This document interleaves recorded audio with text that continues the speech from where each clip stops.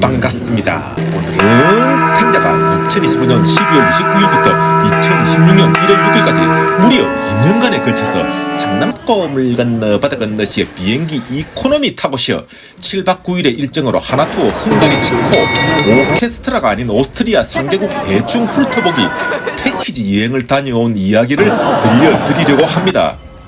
아니 뭐 그냥 자유여행 가면 되지 패키지 그런 거 뭐 하려고 가노 해서 패키지에 대한 아주 안 좋은 생각을 가지신 분들도 혹시 패키지 가면 어디서 TV 자고 어떤 걸 먹여주고 뭘 보여주는지 궁금하신 분들은 재미삼아 한번 보시면 될 끼고, 올겨울 올봄 어디 여행을 떠나고는 싶은데 어디 갈지도 모르시겠고 동선이고 나발이고 계획적으로 시간도 없고 돈만 내면 비행기 태워주고 재워주고 먹여주고 구경까지 시켜주고 북치고 잡아주고 또라치고 까져주고 마당 쓸고 동전 줍고 집에까지 대부다주는 그런 것 없나 하시는 분들도 재미삼아 보시면 재미가 있겠지요. 빠뜨 그러나 탱자가 좋다 나쁘다 가라 가지마라 이런 이야기는 되도록 드리지 않겠습니다.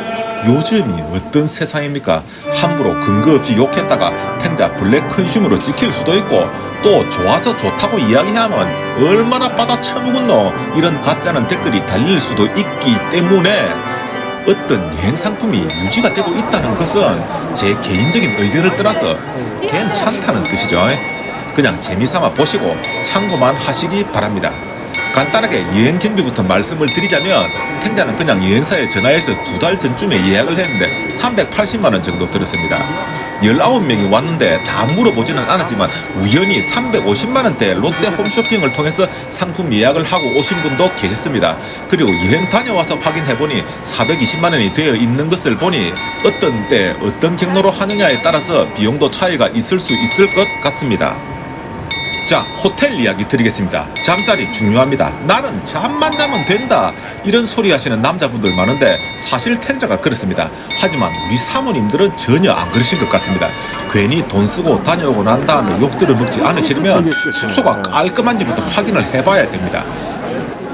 방금 보신 게 체코 프라하에 가게 되면 자유여행을 가나 패키지를 가나 필수적으로 보게 되는 그 이름도 유명한 체코 천문시계입니다. 스타가이드 하수건님께서 이 천문시계의 별명이 체코 허무시계라고 합니다. 유명하다 해서 기대를 잔뜩 하고 왔는데 보고 나면 이게 뭐야? 허무하다는 것이지요. 탱자도 참 황당했습니다. 그래서 탱자는 그래서 세계 속으로나 테마 기행에서 설레발 뜨는 것을 잘 믿지 않습니다. 그런데 이 별것도 아닌 것을 왜 그렇게 극찬을 하는 걸까요?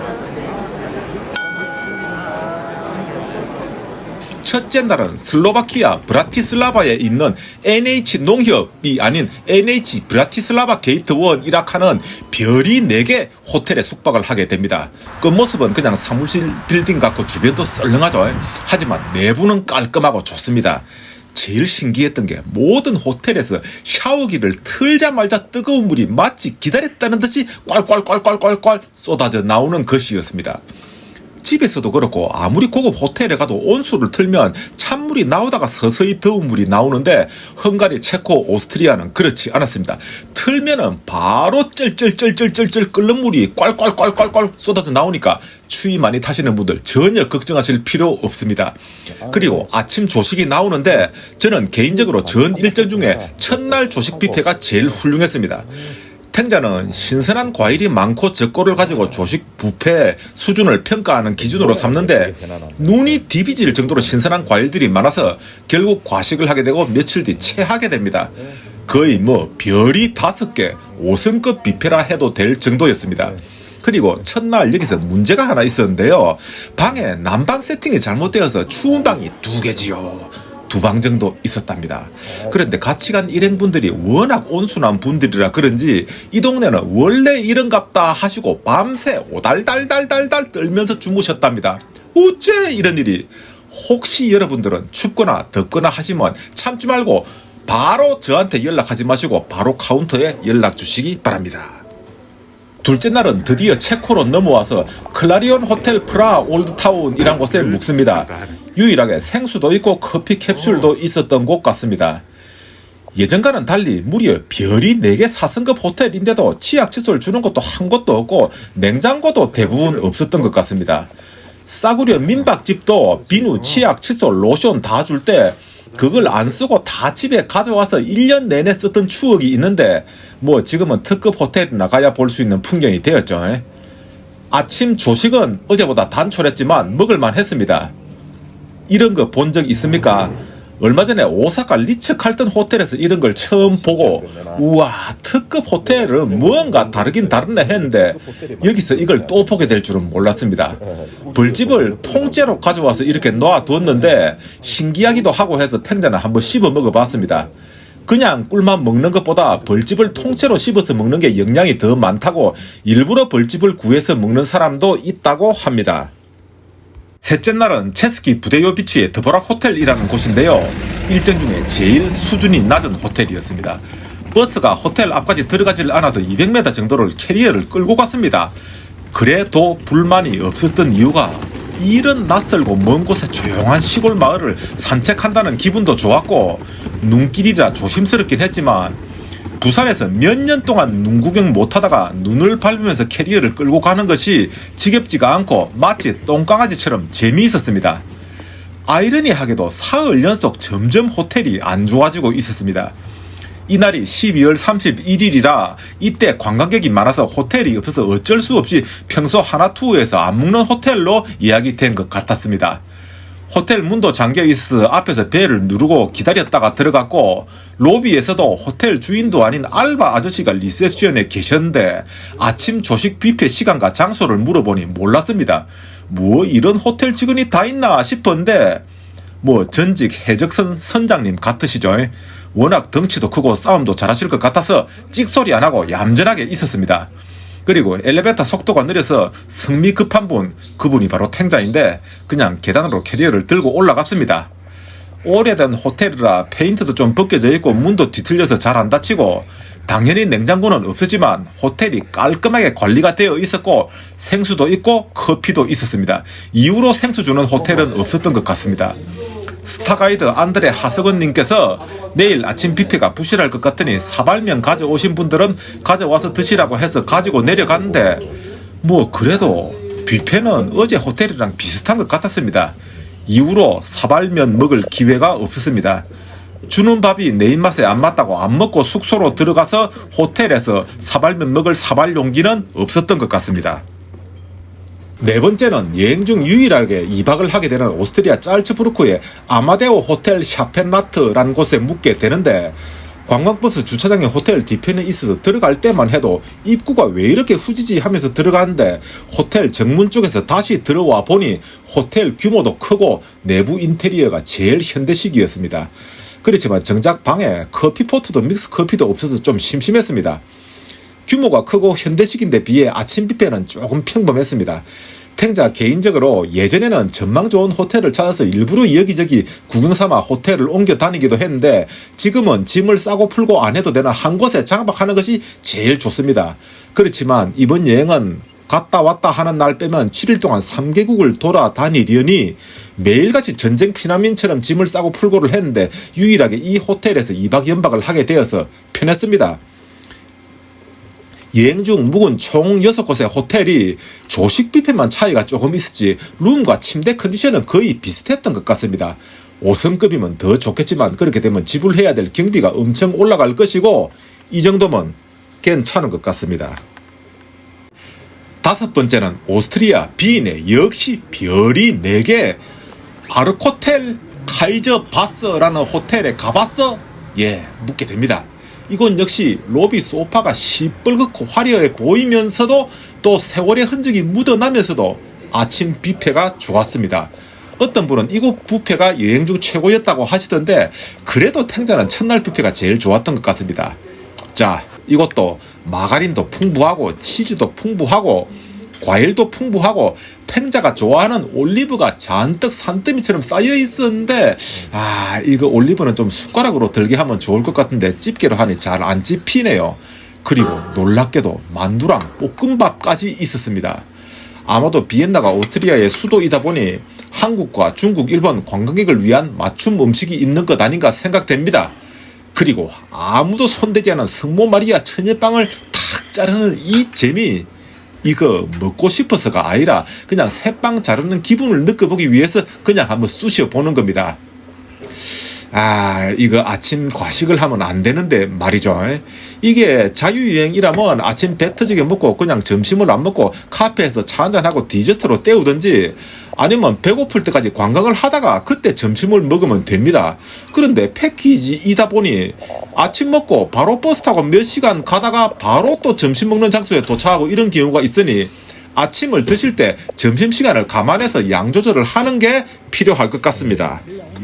드디어 마지막 대망의 7박제를 하게 되는 6번째 호텔은 다시 헝가리 부타페스트로 돌아와서 머큐어 부타페스트 캐슬힐이라는 초대형 호텔에 묵게 되는데요. 로비 인테리어가 이날이 1월 4일인데 마치 작년 성탄절날로 돌아간 것 같았습니다. 펭귄이 어서 오세요 하고 있고 북극곰도 있고 올빼미도 있고 어디선가 피아노 소리가 들리고 있어서 직접 연주하는가 싶어서 가봤더니 어떤 오스트리아 집시분이 난생 처음 보는 전통 악기로 오솔레미오를 연주하고 있었는데 정말 신기했습니다. 호텔 방은 깔끔했고 아침 뷔페도 나름 괜찮았습니다. 하지만 호텔 규모가 크다 보니 사람도 많고 분위기도 산만해서 얼른 먹고 올라가고 싶었습니다. 여기서 가장 인상적이었던 게 돼지 두루치기 같은 메뉴가 있었습니다. 여행 초반이었으면 탱자가 이것만 한 3접시 먹었을 낀데 여행하는 동안 조식을 너무 많이 먹어서 속도 안 좋고 이제 돌아가야 한다는 생각에 기분도 우울해져서 많이 안 먹었습니다. 자, 어떻습니까? 인자 호텔 이야기만 했는데 벌써 10분이 넘어버렸네요. 더빙이 길어지면 목소리가 일정하지 않아서 어떻게든지 한 방에 안전자리에서 끝내버리려고 하는데 어쩔 수 없이 며칠에 나눠서 더빙을 해야겠네요. 목소리가 멀어졌다 가까워졌다 해도 용서를 해주시기 바랍니다. 제가 평가를 안 하겠다고는 했지만 이 정도면 뭐 나름 소중한 사모님 자녀분들과 같이 오셔도 좋을 만큼 호텔은 괜찮습니다. 일단 숙소 호텔은 합격입니다. 이래놓고는 탱자가 바로 다음날 감기가 걸려버렸습니다. 감기 나을 때까지 기다릴 수도 없고 그냥 좀 참고 시청해주시면 감시하겠습니다. 사실 탱자는 이번 여행에서 아침 조식을 제외한 식사 시간이 제일 힘들었습니다.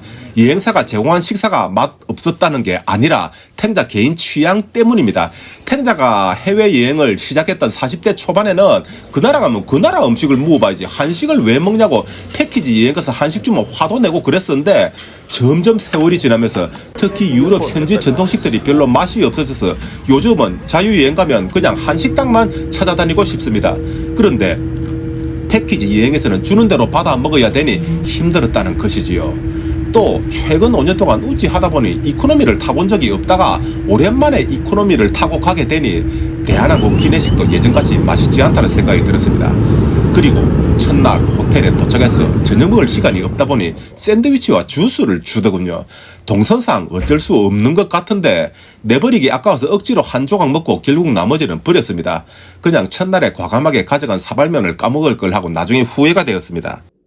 자, 이제 여행 둘째 날도 호텔을 나와서 버스를 타고 달리고 달려서 무려 4시간을 달려서 오전 시간 버스에서 다 날려먹고 체코 프라하에 도착을 해서 드디어 첫 식사를 콜코브나 첼리체라는 식당에서 하게 되는데요.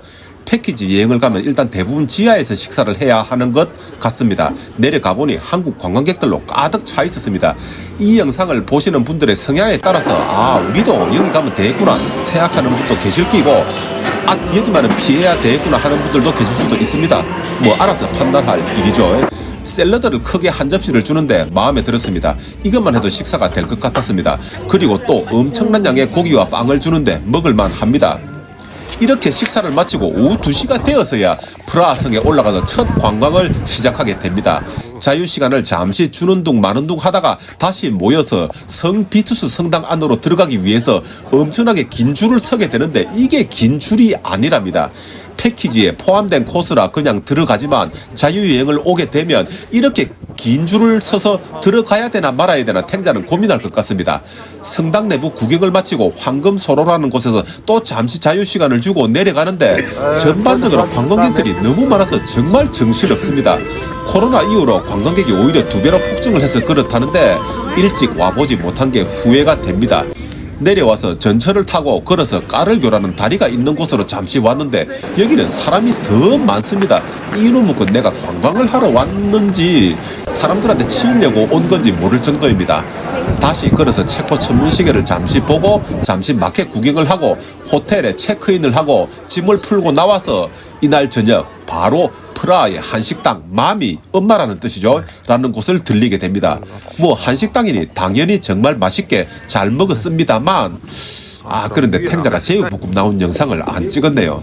테이블 앞자리에 신혼부부 커플분이 앉았었는데 설레발 떠는 게 쪽팔려서 그냥 영상 찍는 걸 잊었나 봅니다. 스타가이드 하석원 님도 아직 한국을 떠나온 지 얼마 안 된 상태라 한식이 그다지 당기지 않을 시점에 한식당을 들리게 돼서 아쉽다고 언급을 하셨는데 실제로 그랬습니다. 최소 두세 번은 한식당에 더 들리게 될 줄로 생각했는데 이후 한식당 방문이 없어서 정말 아쉬웠습니다. 식사를 마치고 나와서 다시 까를교로 와서 구경을 하다가 알아서 호텔로 들어가라고 하는데 이놈은 그 춥고 피곤한데 밤에 까를교는 여전히 사람이 많아서 정신이 없었고 이날의 소득은 돌아오는 길에 무한리필로 시식을 해볼 수 있는 프라하 초콜릿집을 들어가 본 것이었습니다. 이럴 줄 알았으면 저녁 좀 작게 먹고 이 초콜릿으로 배를 채우는 건데 무료 초콜릿을 원 없이 먹어보고 싶으시다면 프라하 초콜릿을 기억해주세요. 그렇다고 셀이 다 닦아먹고 그냥 나오시면 안 됩니다. 사람이 양심이 있어야지 안 그렇습니까? 셋째 날 12월 31일은 프라하 시내에서 자유시간을 주면서 점심을 사 먹으라고 했습니다. 그런데 이게 또 난감한 기라요.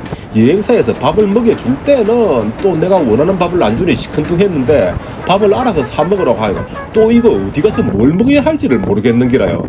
그래서 일단 지나가다 보면 굴뚝빵집들마다 사람들이 줄을 서 있길래 한 번은 먹어봐야 되겠다 싶어서 거의 옵션을 다 첨가한 제일 비싼 굴뚝빵을 먹어봤는데 세상에 아이스크림도 달고 초코 시럽도 달고 굴뚝빵마저 설탕 칠감이 되어 있어서 너무 달아서 사실 별로 맛이 없었습니다.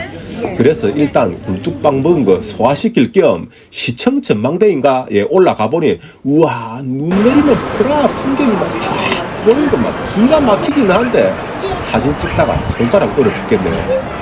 내려오니 다시 배가 고파서 그냥 배나 좀 채우자는 생각에 정말 아무 야채 없이 빵에다 소세지만 넣은 것을 한번 사 먹어봤는데 우와 이게 이렇게 맛있을 줄 누가 알았겠습니까? 이래 맛대가리 없어 보이는 소세지가 이렇게 맛있을 수도 있네요. 남자들이 뱅쇼를 사서 마셔 샀길래 맛있어 보여서 먹어봤는데 아이고 이거 탱자는 독해서 못 먹겠네요.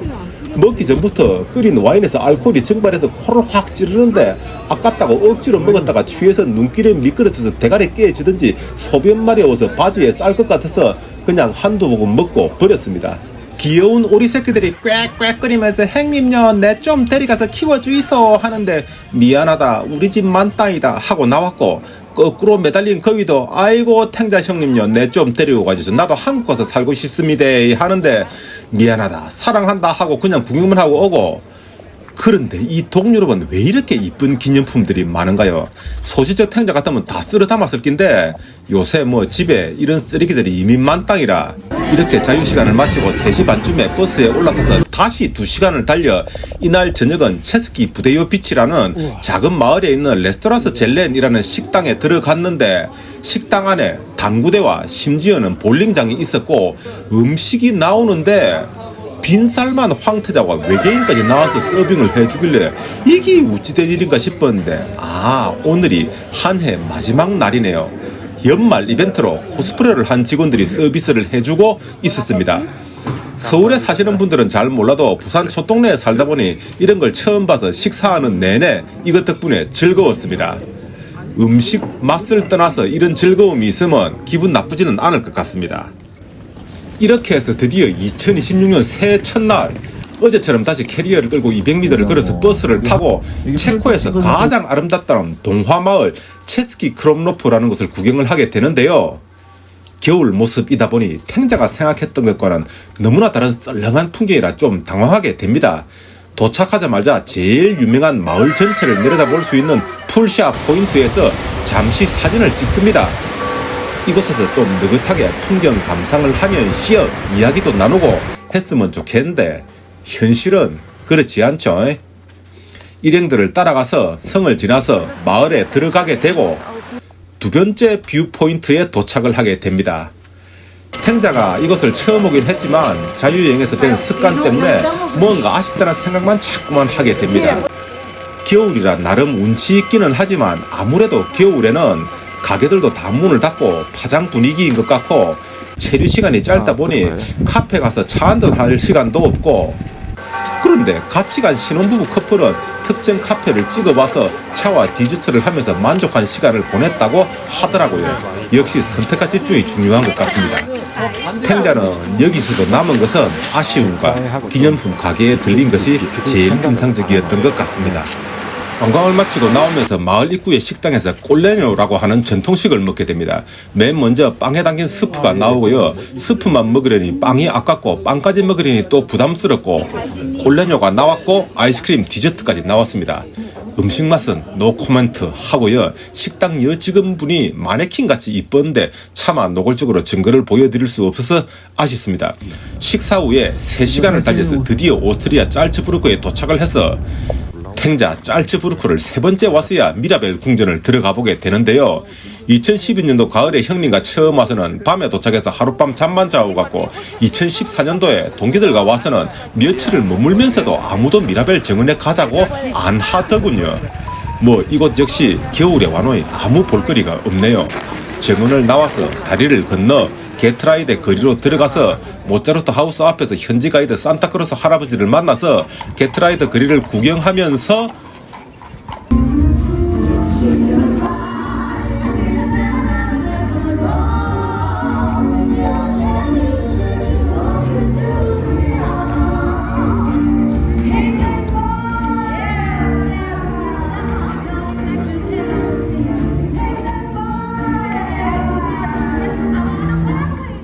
탱자 생애 세 번째 짤츠부르크에 와서 생애 두 번째로 호엔 짤츠부르크 성에 올라가서 짤츠부르크 시내를 내려다보게 되는데, 2014년도 여기 처음 왔을 때는 몇 시간을 있다가 내려가면서도 와, 다음에 와서는 여기서 하루 종일 안 내려가야지 했는데 가이드분이 지금 내려가는 줄이 너무 길어서 지금 줄 안 서면 나중에 못 내려갈 수도 있다고 올라오자마자 내려가자고 해서 내려가는 줄을 서게 됩니다. 이거 뭐 이 비싼 표 끊어서 한참을 줄 서서 올라왔다가 올라오자마자 또 한참 줄 서서 내려가고 도대체 이게 뭐하는 짓일까 싶었습니다. 뭐 하지만 어쩔 수 없죠. 호엔 짤츠부르크 성에서 내려와 게트라이드 거리에서 2시간 정도 자유시간을 주었는데요. 가장 이상적인 것은 싸돌아 다니는 거 포기하고 멋진 카페에서 차 한잔하고 멋진 카페, 멋진 식당에서 밥 한 끼 하는 것입니다. 탱자는 둘 다 실패했습니다. 뭐 싸돌아 다니다가 서서 먹는 음식 사 먹었는데 정말 맛대가리 없었고, 머랭 쿠키도 사 먹었는데 맛없어서 먹다가 버렸습니다. 성공한 것은 초콜릿 가게에 들어가서 초콜릿 산 것과 또 초콜릿 가게에 들어가서 초콜릿 산 것과 멋진 음악을 두 곡 들은 것입니다.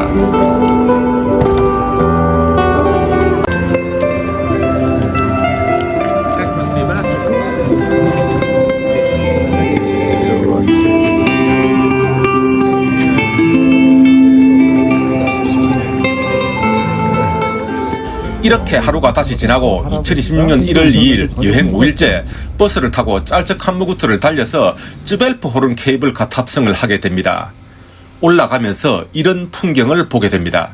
탱자가 스위스, 프랑스, 오스트리아 여행을 하면서 이런 관광 케이블카를 수십 번 타봤는데 날씨 흐리면 아무리 좋은 것도 별 볼 것 없습니다. 날 흐린 겨울날은 더 그럴 것 같습니다. 올라가서 잠시 주변을 구경을 하고 밖에는 뭐 춥고 별 볼거리도 없으니 카페 안으로 들어와서 그냥 내려가는 시간을 기다리게 됩니다. 그나마 밖에서 고양이도 만나고 안에서 강아지 구경도 한 덕분에 지루하지는 않았습니다. 다시 내려와서 짱크트 볼프강 호수의 유람선을 타게 됩니다.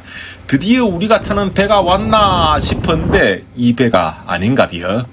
이 배는 개인 관광객들이 타는 배라고 하네요. 더 운치 있을 것 같기도 하고, 탱자는 2014년도 봄에 정말 주변 풍광 좋을 때 유람선을 탄 기억이 있어 놓으니 그때 비해서 흐린 겨울날의 유람선 탑승은 정말 아무 볼 것 없는 것 같습니다. 배에서 내려서 이제 근처 마을을 구경하면서 걸어가게 됩니다. 잠시 성당도 구경을 하고 뭐 소세지 같은 것도 맛도 보고 하는데 이걸 살 때 비행기에 가지고 못 간다는 것을 감안을 해야 합니다. 혹시 운이 나쁘면 걸릴 수도 있으니 말입니다. 마을이 참 이쁘고 정말 오랜만에 길에 사람들이 별로 없습니다. 대도시에서는 자유시간을 줘도 사람이 너무 많아서 정신없고 짤척한 것 같은 마을은 조용하기는 한데 사진 한 장이 이렇게 찍을 시간 없이 그냥 일행들을 따라가기 바쁩니다. 다시 버스에 올라타서 식당에 내려서 점심을 먹었는데 이거 돈가스 비슷한 슈니체리란 전통 음식으로 식사를 하고 다시 버스에 올라타서 드디어 동화마을 할슈타트에 도착을 하게 됩니다. 탱자는 2012년도 가을에 첫 번째로 할슈타트에 왔었고 2014년도 봄에는 할슈타트 브라우하우스에서 1박을 했었습니다. 그 당시 도착하자마자 쌍무지개가 탱자를 반겼고 브라우하우스 3층에서 바라본 호수 모습은 너무나 아름다웠고 다음날 날씨도 좋아서 만약 한 번 더 오게 된다면 겨울에 눈 내린 풍경을 보고 싶었는데 그 소원이 이번 여행에서 이루어진 것이지요. 빠뜨 하지만 만약 여러분들이 처음 오게 된다면 봄에 와보시기 바랍니다. 그리고 되도록이면 빨리 더 관광객이 많아지기 전에 와볼 수 있으면 좋을 것 같습니다. 왜냐하면 세월이 지나도 할슈타트는 여전히 아름답겠지만 탱자가 왔던 10년 전에 비해서 겨울인데도 관광객이 4배 정도는 많은 것 같았습니다. 탱자가 묵었던 브라우하우스는 들어가 보지도 못했습니다. 그냥 올 것 없이 이렇게 탱자의 영상으로 즐기든지 어떻게든지 나도 죽기 전에 한 번은 저기 가보고 싶다 하시면 서두르시는 게 좋을 것 같습니다. 이렇게 아쉬움 속에 할슈타트 관광을 마치고 다시 짤츠부르크로 돌아와서 리스토란테 샘프레라는 곳에서 라구 파스타로 식사를 했는데 식당도 트렌디하고 파스타는 역시 만국 공통인 것 같네요. 한국 맛집에서 먹는 파스타 못지않게 맛있었습니다. 저는 슈니체리니 호이리게니 볼레뇨니 이런 이상한 현지식 말고 그냥 피자, 파스타, 한식으로만 구성된 패키지가 나왔으면 좋겠습니다. 말도 안 되는 이하이겠죠. 이렇게 또다시 하루를 마무리를 짓고 다음날 2026년 1월 3일 여행 6일차는 아침 8시에 호텔을 나와서 버스를 타고 비엔나로 오게 되는데 오전 시간 3시간 반을 버스에서 다 날려먹게 됩니다.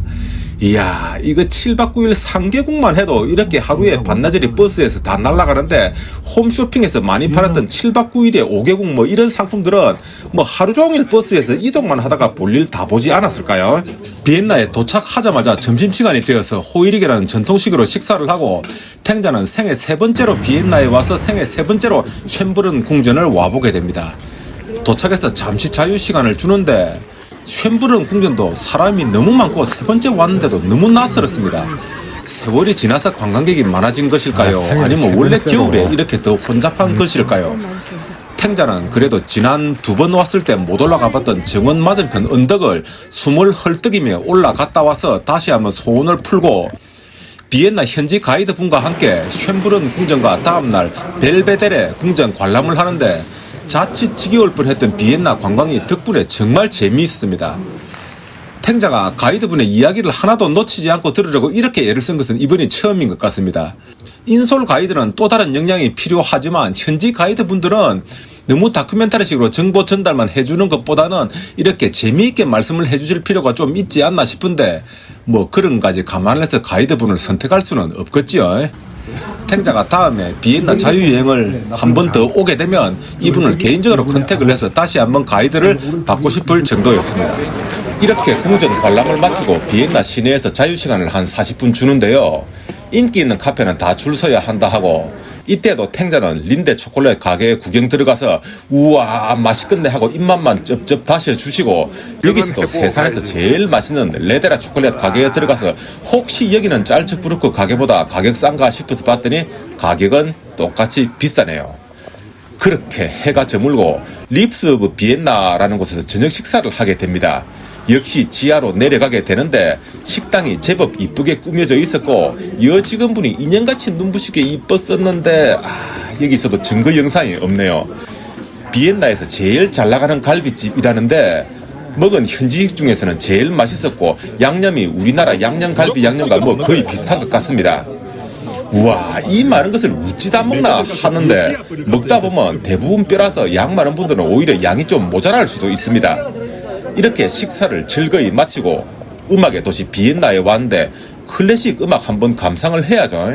탱자는 사실 바로 얼마 전에 풍을땅 박종호 원장님과 함께 오사카 페스티벌 홀에서 크리스티안 탈레반이 지휘하는 무려 비엔나 필하모닉의 브루크너 5번 교향곡을 감상한 경험이 있어 놓으니 뭐 공연은 들을 만한 정도였고 공연장 분위기가 아주 고급스럽고 좋았습니다. 이렇게 다시 하루가 지나고 다음날 2026년 1월 4일은 오전에 벨베데레 궁전을 구경하게 되는데 여기는 사실 탱자도 처음 옵니다. 전에 여길 왜 안 왔나 싶네요. 오히려 탱자는 쉔부른 궁전보다 이곳이 더 재미있었던 것 같습니다. 미술관이 되다 보니 실내 조명도 밝고 아침에 와놓으니 사람도 그리 많지 않았습니다. 사람이 별로 많지 않다, 그게 제일 중요한 포인트 같습니다. 그 이름도 유명한 생마이자 남봉꾼 구스타프 클림트의 키스라는 작품과 함께 미술의 문외한이라도 다 알만한 유명한 작품들이 많고, 그리고 비엔나 현지 가이드님께서 워낙 뛰어난 입담으로 정사를 야사같이 설명을 해주셔서 정말 재미있었습니다.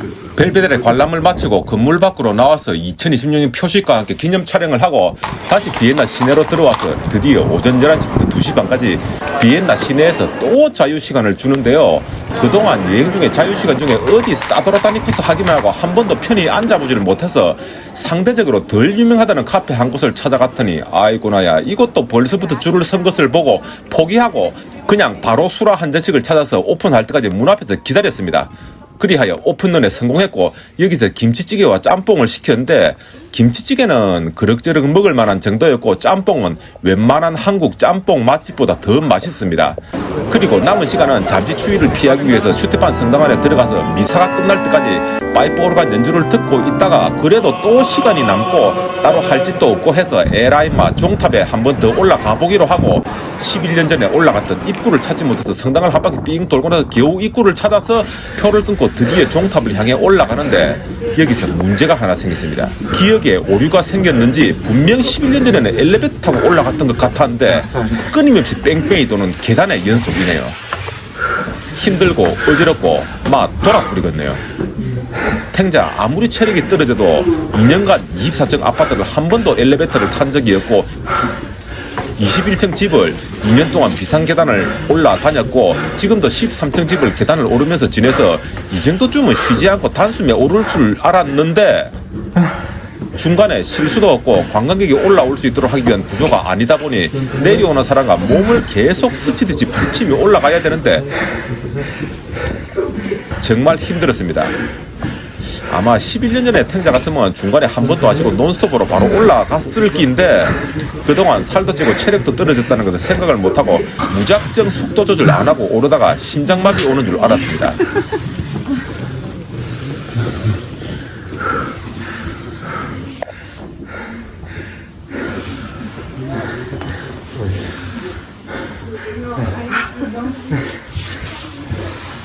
Excuse me. I don't sorry.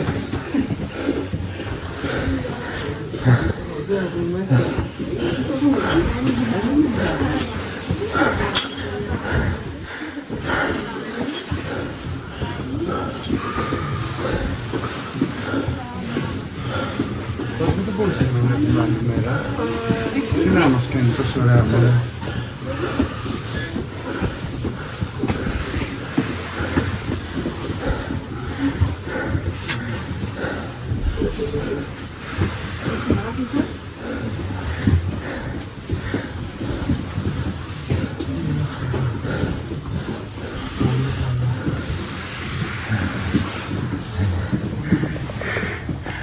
Ah, Maria.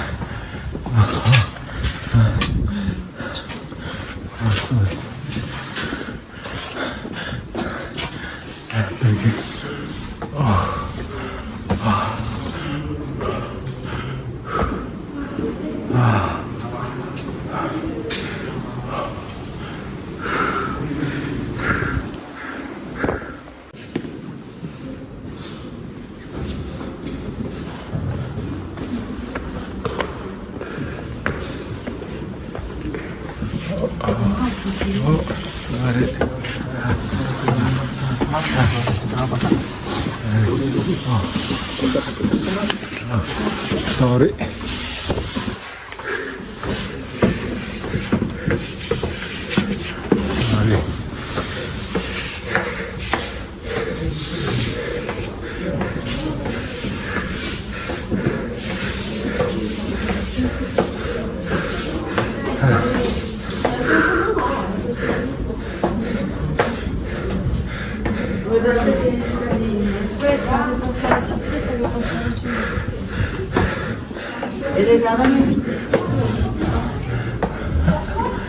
Sorry. 이렇게 15분 동안 계단을 걸어서 거의 요단강 건너기 직전에 전망대까지 도착을 했습니다. 그래도 정말 감동스럽네요. 이곳을 올라오기 힘들어서 그런지 다행히 관광객이 별로 없었습니다.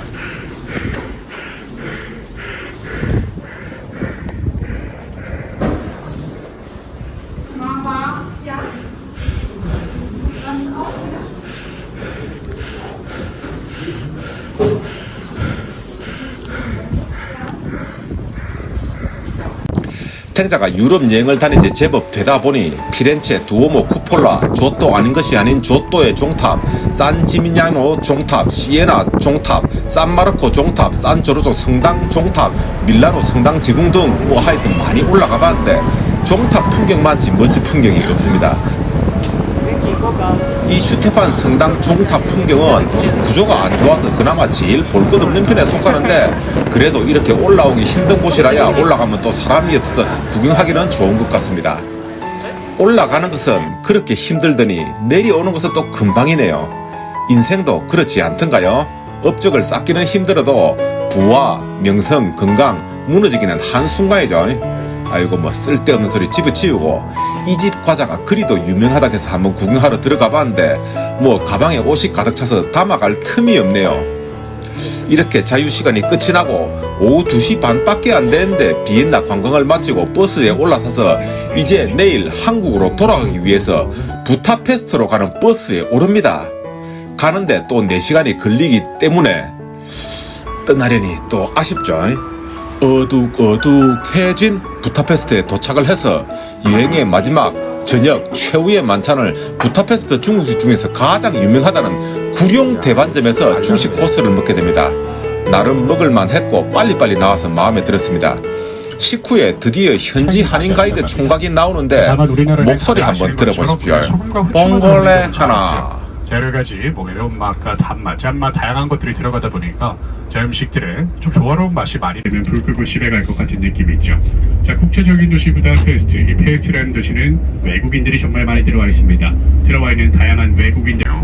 자 그리고 로터리로 들어서면 왼쪽으로 보이는 다리가 또 부다페스트에서 우리가 빼놓을 수 없는 랜드마크죠. 되면서 자리 잡고 있는 부다페스트가 자랑하는 가장 메인이 되는 야경의 곳. 정말 이 목소리로 왜 가이드 하고 있나 뭐 이렇게 말씀드리면 직업 비하가 될지 모르겠는데 거의 뭐 약장수급의 멋진 목소리를 가진 가이드분이 나오셔서 부타페스트를 대표하는 멋진 풍경이라는 국회의사당 야경을 감상을 하게 됩니다. 이곳이 몇 년 전 유람선 타다가 한국 관광객들이 불행을 당하신 곳이라는데 아이고 이 먼 곳까지 일부러 행복해지겠다고 오셔서 이런 일을 당하시면 뭐 정말 생각만 해도 가슴이 미어집니다. 이렇게 하루가 마무리가 지어지고 드디어 2026년 1월 5일 여행의 마지막 날이 시작이 되어서 하루 종일 흐리고 눈이 내리고 으스스한 가운데 시내 관광을 시작을 합니다. 자 어떻습니까? 뭐 여행이 끝날 때쯤이면 지치기도 하고 또 아쉽기도 하고 또 이렇게 편집을 하는 것도 편집이 끝날 때쯤이면 여행이 끝날 때처럼 지치게 되는데요.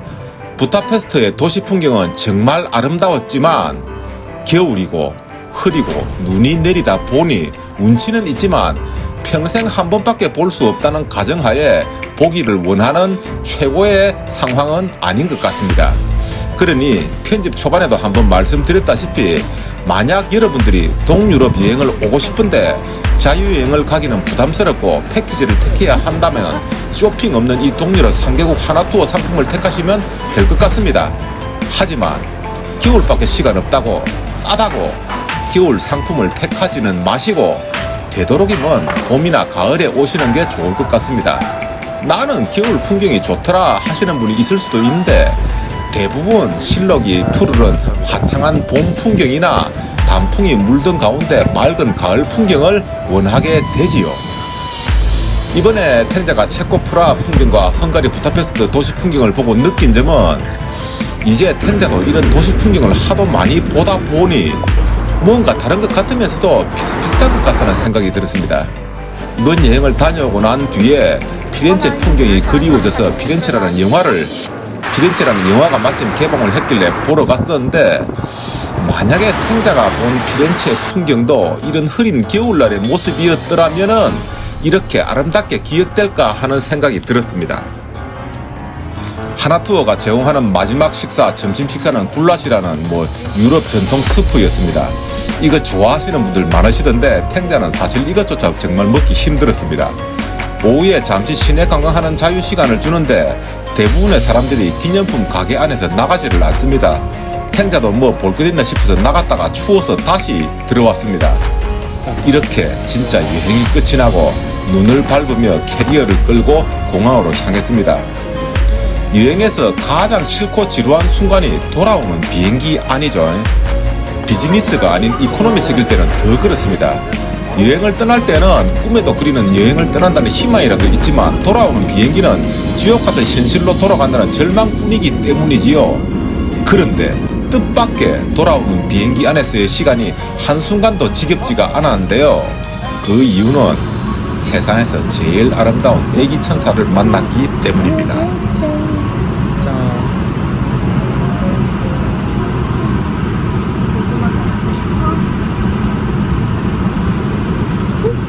이것저것이여 탱자가 난생 처음 패키지 여행을 리뷰를 해봤습니다. 아무래도 패키지 여행이다 보니 여러가지로 걸리는 면이 있어서 조심스럽기도 하고 그렇습니다.